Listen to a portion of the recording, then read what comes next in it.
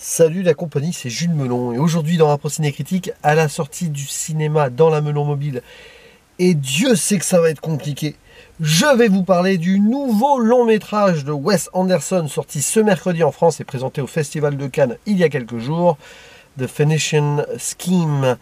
Donc avec un casting très riche et varié, mais dans le rôle principal nous avons Benicio del Toro qui avait déjà joué pour le metteur en scène dans The French Dispatch. À ses côtés, qui pour interpréter sa fille, une nonne novice, Maya Stapleton. Je ne sais pas si elle avait déjà joué pour Wes Anderson, je ne pense pas. Après nous avons Michael Cera qui débute pour le coup chez le metteur en scène texan. Retour de Tom Hanks, comme dans Asteroid City, avec Bryan Cranston, ils font un duo évidemment.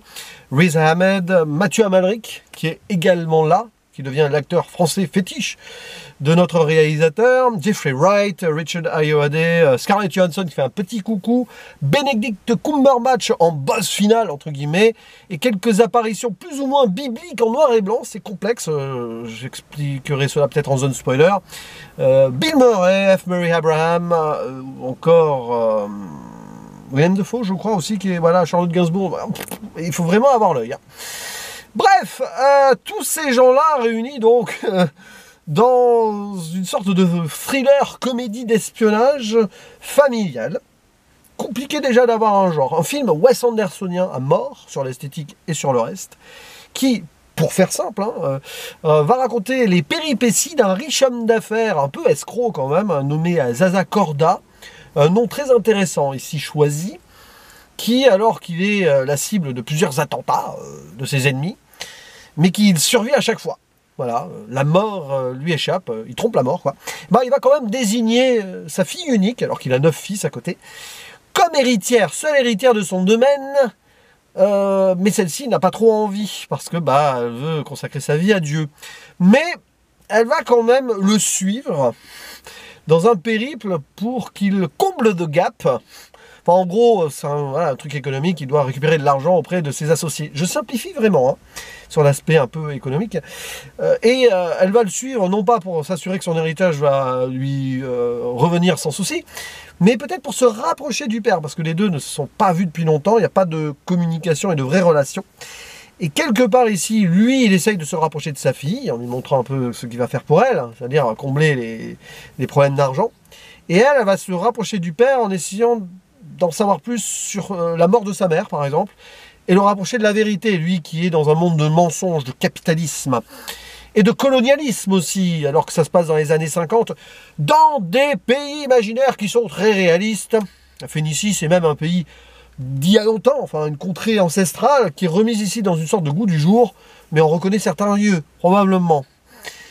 Et c'est un film qui est dédié au père de la compagne Wes Anderson. Je préfère le préciser parce que celui-ci était libanais d'origine, donc c'est quelque part autour du Liban, quoi. Et évidemment, nous avons ici un film qui, au-delà donc de la relation entre le père et la fille, le rapport au deuil, à la mort peut-être ou pas, et rapport au monde capitaliste, etc., va aussi avoir un écho sur le monde actuel d'une certaine façon, mais détourné dans un passé imaginaire qui n'est pas si éloigné de notre réalité actuelle. Et c'est assez puissant dans l'aspect cinématographique formel pur, parce que Wes Anderson, on le connaît, c'est un grand formaliste, réalisateur esthétique qui peut énerver parfois, pas moi, hein, mais je comprends que certaines personnes soient assez réticents à son cinéma, qui aurait tendance à se répéter, mais en fait pas du tout, avec des plans fixes, des moments de cadre, même de sortie de cadre, de chant contre chant, qui ne sont pas vraiment des chants contre chants, enfin il y a des trucs assez immenses dans ce film, il va encore plus loin et pousse certaines choses, bon. Et tout raconte quelque chose, justement, dans ce malaise de faux mensonges, réalité, rapprochement de la vérité. Et des moments d'expérience de mort imminente qui ramènent au noir et blanc d'un purgatoire où le personnage principal va plus ou moins se sentir jugé. Peut-être qu'il sent que la mort va finir par le rattraper. Et le film joue là-dessus. Il survit pour la 6e fois à un crash d'avion. Tout le monde le croit mort, mais non, il a encore survécu. Ce mec a un destin absolument fou. Et derrière, on s'attendait à ce qu'il y ait beaucoup d'émotions. Hein, parce que finalement, à Asteroid City, il y en avait. Il y en a eu d'autres films avec de l'émotion. Et bien là, c'est particulier. Parce que je ressors de cette séance de cinéma assez embêté d'en faire une vidéo à chaud. Parce que j'aurais 1000 choses à dire. Je vais évidemment être très succinct et vague et oublier des choses. C'est pas grave. Mais je suis ressorti de là sans sentir de véritable émotion parce que Wes Anderson m'a transporté dans une sorte de cinéma théorique qui est fascinant quand tu aimes le cinéma. Et sur le plan du fond, très fort sur l'écho de la société, donc pas dans l'émotion, mais dans la réflexion philosophico-humaine et sociale très passionnante, qui d'ailleurs met le monde actuel tel qu'il est aujourd'hui, capitalisme et tout, dos au mur, sur son origine capitaliste, c'est à savoir l'esclavage et le colonialisme qui n'ont de cesse d'être convoqués dans le film, et de façon plus ou moins subtile, entre gravité vague quand même, un peu décalée, et burlesque humoristique. Et c'est grandiose comme geste de cinéma. Après, je suis resté paradoxalement très à distance sur le rapport émotionnel, c'est ce qui me perturbe en fait. J'ai l'impression d'avoir regardé ça comme un robot qui analyse du cinéma. Mais oui, c'est vrai, à force de voir des films et d'en parler, et d'en discuter avec des gens, oui, je suis un peu comme ça, mais j'aime avoir mon émotion devant une salle de cinéma, devant un écran. Là, bizarrement, je ne l'ai pas eu. Mais par contre, dans ce qu'il me propose là, c'est un bijou d'écriture, de mise en scène, avec une mise en scène qui veut dire des choses, d'acting, de relations entre les personnages. Waouh! Mais il va manquer un truc. Ce qui fait que défaut, indirectement, sur mon plan subjectif personnel, ça ne sera pas mon préféré du monsieur, et pas parmi mes peut-être 3 préférés, 4 préférés, j'en sais rien. Mais par contre, c'est une expérience cinématographique absolue, et assez étonnante. Parce que, bon, l'histoire père-fille, c'est vrai qu'on pourrait la sentir l'émotion, mais en fait, il décale totalement ceci, Wes Anderson, par rapport à 2 personnages quasiment robotiques. L'un qui est escroc, qui se dit déshumain, enfin déshumanisé, diabolique, voilà, parce que il a envie d'avoir des esclaves, de l'argent, clairement au début, hein, bon. Il y a ça. Et le personnage féminin de la fille, donc qui s'appelle Liesl, jouée par Mia Stapleton, qui elle, très en rapport à Dieu, ce côté un peu mystique, mais terre à terre aussi, de vouloir la vérité avec son père, il n'y a pas de lien, il n'y a pas d'émotion entre les deux.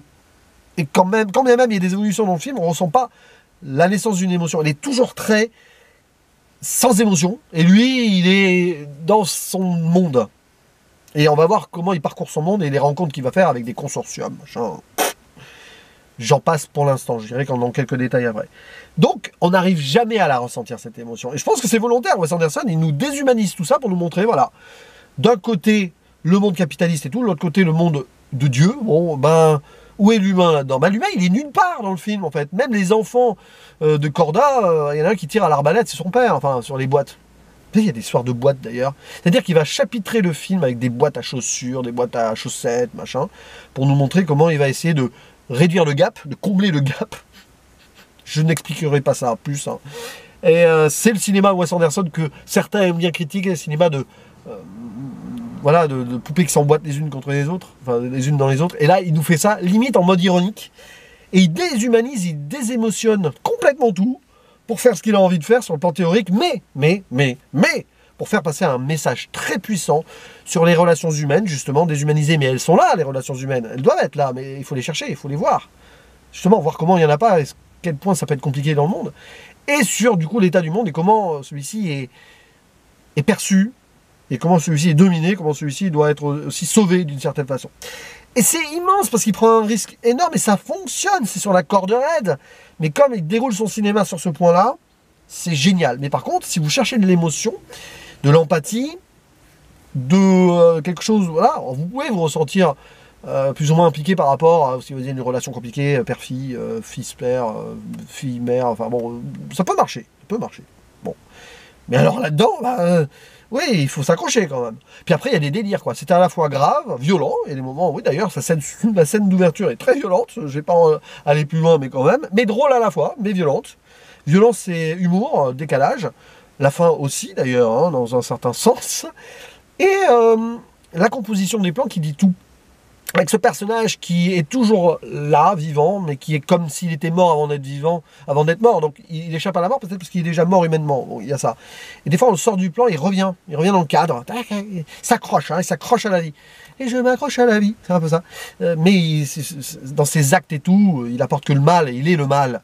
Et même cette fille qui arrive, là, oui, ben, il va y avoir peut-être voilà, un rapprochement à la vérité. À un moment, il va quand même s'adoucir, peut-être, et elle aussi, je ne sais pas. Mais c'est très spécial. Et donc, du coup, de chapitrer de boîte en boîte les choses. Après, bah, ça déroule. Alors, il y a le personnage de Michael Cera qui est le début, là, le tuteur norvégien, qui va être plus en avance dans le film.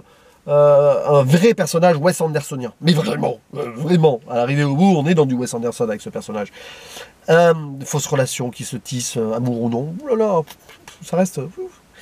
Il y a ça, il y a évidemment les rencontres qu'ils vont faire. Alors, il y a le premier segment, on va faire un petit peu là, comme ça, avec les faux frères, les faux Dupont, là, parce que c'est vrai qu'on peut penser à l'univers de Tintin, à 2-3 reprises, il y a ça. D'ailleurs, le personnage, clairement, de Michael Cera se tintinise d'une certaine manière à un moment. Voilà, mais jusque dans la tête, sur la tête quoi.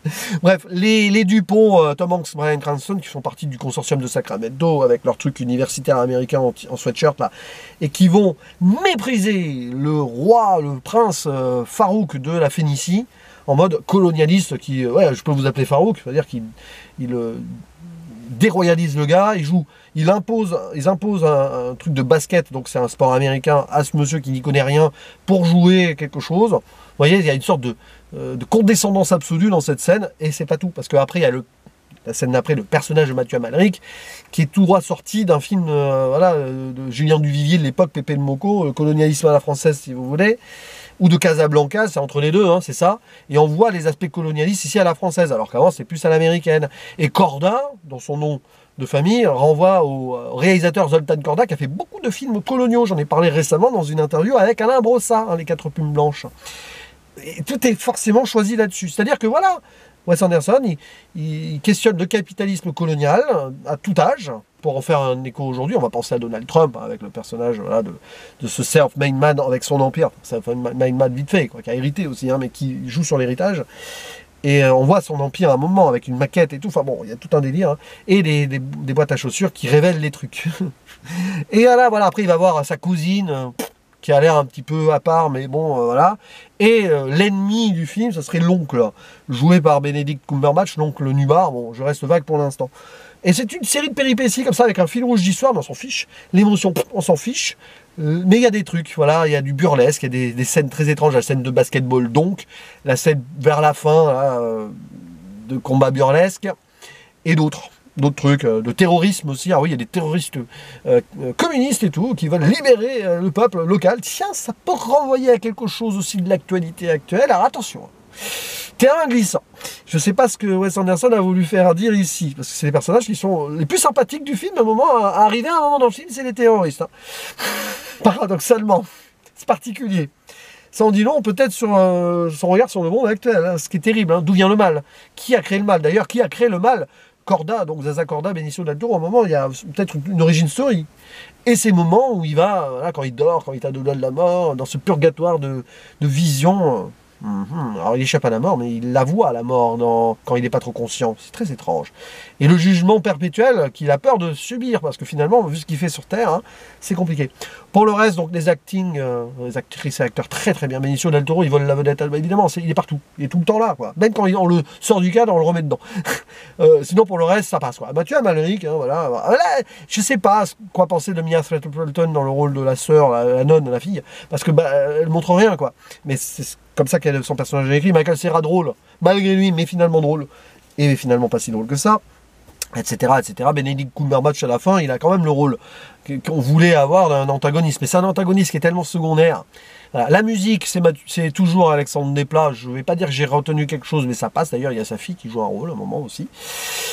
En photo, il me semble, hein, des rôles photographiques, hein, même dans le noir et blanc, il y a l'appel aux photos, dans les cadres, le cadre dans les cadres, évidemment, les cadres, les plans, les champs contre champs. Et oui, alors les champs contre champs, c'est étonnant, parce que dans la non-communication entre le père et le fils, vous avez le père et la fille, pardon, vous avez des champs contre champs qui n'en sont pas. Des champs contre champs de côté, des champs contre champs où on voit un contre-plongée, pouf, comme ça. Il n'y a aucun truc qui est équilibré, justement. Il va même briser la règle des 180, souvent, pour montrer justement qu'il y a quelque chose qui ne va pas. Il y a une absurdité de non-communication, et ce ne sont pas des humains que nous avons ici. Un qui est diabolique, l'autre, la fille qui est plus proche de Dieu et qui sort de la vraie vie. Et spoiler, sauf à la fin. Parce que dans l'épilogue, enfin on est à la vraie vie, jeu de cartes, la fuite de l'Empire Corda est toujours là, finalement c'était destin. Ça s'ouvre à la vie sur les 4-5 dernières minutes, maxi, même pas 4-5 dernières minutes. Hein. Il va ouvrir un resto, il fait la plonge et la cuisine en même temps. Mais alors avant, il a fallu passer par plusieurs étapes. On se rapproche de la vérité, voilà. Au fur et à mesure qu'il est dans le purgatoire, il va révéler des trucs. Est-ce que sa mère, la mère de la fille s'est suicidée? Est-ce qu'il serait responsable de la mort? Ou est-ce que c'est l'oncle? L'oncle méchant. Combat final entre l'oncle et donc le père. Remarquable. Combat quasi chaplinesque, complètement idiot. Et puis il va se faire exploser sur la maquette. Voilà, l'Empire se détruit à la fin, l'héritage ultime de Corda se détruit quand l'oncle se suicide, enfin, après avoir été empoisonné, sur cet Empire. Finalement, il s'en fiche. Il est délesté enfin de ce poids capitaliste et il revient à la vraie vie, dans une sorte de cuisine, scène qui pourrait être dans French Dispatch, à la fin j'ai pensé à ça. Et enfin, libéré de tout ça, de tout héritage, le père et la fille sont ensemble et peuvent enfin exister. Et il y a tout ça là. Comme dans cette scène d'intro d'avion, le crash, le gars coupé en deux, l'avion éjecté, le pilote de l'avion éjecté. Plus tard, cette scène sera répétée plus tard. Survie difficile ou pas. Sable mouvant, noir et blanc, on se rapproche de la mort, parce que quand on parle à la mort, il y a le noir et blanc du purgatoire, il y a des trucs comme ça, ils ressortent voilà, du sable mouvant, noir et blanc. Il y a plein de choses qui fait que plus il se rapproche de la mort, il se rapproche aussi d'une forme de vérité, plus il échappe à la mort, plus il a envie d'être proche de sa fille, d'être humain. À un moment, il va se libérer de ça. C'est-à-dire que, voilà, l'esclavage, c'est fini, la famine, c'est fini, son empire a explosé, et il devient enfin humain. Mais devient-il humain grâce à sa fille? Même pas, en fait, c'est par rapport aux péripéties. Elle va sortir, voilà, elle ne sera pas une nonne à la fin. C'est-à-dire que même, il y a cette critique de la religion. De toute façon, à un moment, on voit une sorte d'évêque, voire même pape, hein, je ne sais pas, qui est membre du consortium global, là. Il y a tout un truc là-dessus. C'est-à-dire que même le divin, oui, la religion s'est rapprochée, a été proche du capitalisme et du colonialisme, évidemment, bien évidemment, dans l'histoire de l'humanité. Et les guerres de religion, tout, hein, la guerre perpétuelle mentionnée par le personnage Benedict Cumberbatch, qui dit guerre, qui dit religion, dit capitalisme, dit colonialisme, dit souffrance des peuples. C'est pour ça que finalement, le seul peuple que l'on voit dans le film, c'est les terroristes. Ils sont obligés de passer par la violence pour se libérer. C'est d'une violence absolue face à cette colonisation et au capitalisme. Ce qui est, je le répète, un terrain glissant vu l'actualité actuelle. Et je ne pense pas que Wes Anderson ait fait ce film par hasard. Attention, c'est très acerbe. Mais après, ça en dit long. C'est-à-dire qu'il se passe des choses horribles dans notre monde et dans ce monde-là, qui est un peu notre monde. Mais essayez de remonter aux causes. À un moment, il y a la boîte originelle, la boîte avec les reliques du grand-père, des photos d'avant. Il faut essayer de revoir, de voir d'où le mal est né. Et après, c'est l'enchaînement. Oui, après, voilà, il y a des gens qui souffrent dans tous les camps. Mais à cause de qui? À cause de quoi? Et ça remonte. Voilà. Alors là, la guerre des religions, le colonialisme, tout ça, c'est lié. Et c'est ça le problème. Et le film, c'est ça son message. C'est ça qui est fort. Et je pense qu'on est dans un geste ultra politique, avec un message et un fond très fort, mais dans un truc qui est froid et qui est sans émotion, parce que justement, on est dans un monde actuel qui a du mal à vivre sur ses émotions, ou alors les émotions, elles sont exacerbées en haine, parce que la haine est une émotion. Et voilà pourquoi il fait ce film. Je pense qu'il a un écho terrible avec l'actualité. C'est presque une continuation, mais totalement opposée d'Asteroid City, où il y avait des personnages fictifs dans la fiction, mais là, tu as des personnages de fiction qui reviennent dans la réalité, et qui ont un écho avec la réalité du passé et du présent. C'est un gros pas de côté extraordinaire. C'est-à-dire que finalement, Phoenician Scheme est très différent d'Asteroid City. Il y a des relents de famille Tenenbaum un peu. Il y a des relents de Grand Budapest Hotel vers la fin, là où vit l'oncle, son palace, quoi. Il y a plein de petits trucs là-dessus, mais c'est un film unique dans la filmographie de Wes Anderson, parce qu'il y a un cheminement qui fait qu'il en arrive là. Il y a un cheminement de réflexion et de pensée par rapport à son regard sur le monde, où il en arrive là. Et dans Asteroid City, j'avais dit qu'il n'avait jamais autant regardé le monde et le fond social, bon, l'Amérique de tout âge à l'époque, et pas que. Et bien là, c'est encore pire, c'est encore plus fort, parce que là, il ouvre ça au monde global. Il y a toute l'histoire du capitalisme et du colonialisme, en mettant dos au mur, voilà, l'Occident au sens large, les Européens, les Américains. Et ça, c'est hyper puissant. Voilà, hyper puissant. Et donc, toutes les facéties burlesques qu'on peut avoir à droite à gauche, personnage de Mathieu Amalric qui dit « Ah, mais vous tirez dans mon plafond !» Le jeu de basketball, le combat final un peu ubuesque entre les deux, sont que des gens ridicules, mais qui sont assoiffés de pouvoir, qui sont déconnectés de la réalité, et d'où le film se déconnecte aussi de la réalité pour nous y ramener.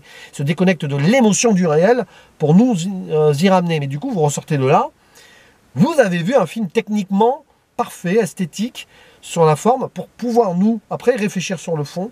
Et en fait, les émotions, je commence à les sentir en faisant cette vidéo. Et ça, je trouve ça très fort. Je fais un Amazon spoiler. Bon, vous l'avez compris, The Phoenician Scheme, là, j'ai enfin un petit peu arrêté mon avis en faisant cette vidéo. Là, en sens, je ne savais pas trop quoi en penser, à part, évidemment, l'extraordinaire plan formel. J'avais dit au début que c'était peut-être pas un de mes préférés, Wes Anderson. Bah, il faudra que je le revoie. Ce qui est sûr, c'est que là, la chose, c'est compliqué de poser une appréciation finale. Et encore heureux. Et c'est d'autant plus fort.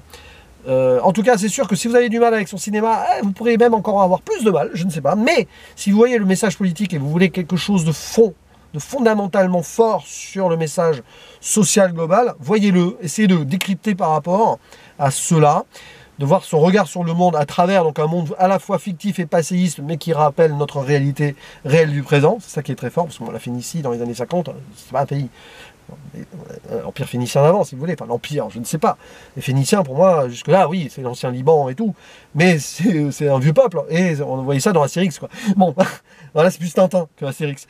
Je n'ai pas trop parlé d'ailleurs de l'évolution du personnage de Michael Cera, mais oui, oui, c'est Tintin undercover, hein, bon allez, il n'y a pas de spoiler, c'est pas grave, mais c'est super drôle, ça. Et les Dupont sont là, et Tintin est là, mais ouais, Blake et Mortimer dans surexplicitation peut-être de certains trucs de l'intrigue. Mais on s'en fiche de l'intrigue globale, hein, on comprend l'idée. C'est surtout le père et le fils et le rapport au monde qui est important ici, et l'évolution peut-être de la déshumanisation vers peut-être la rédemption ou pas. N'hésitez pas à dire en commentaire ce que vous pensez de ce film, qui vous a peut-être résisté ou qui vous a emballé, hein, à vous la parole. Et il ne me reste plus qu'à vous dire à la prochaine, ciao.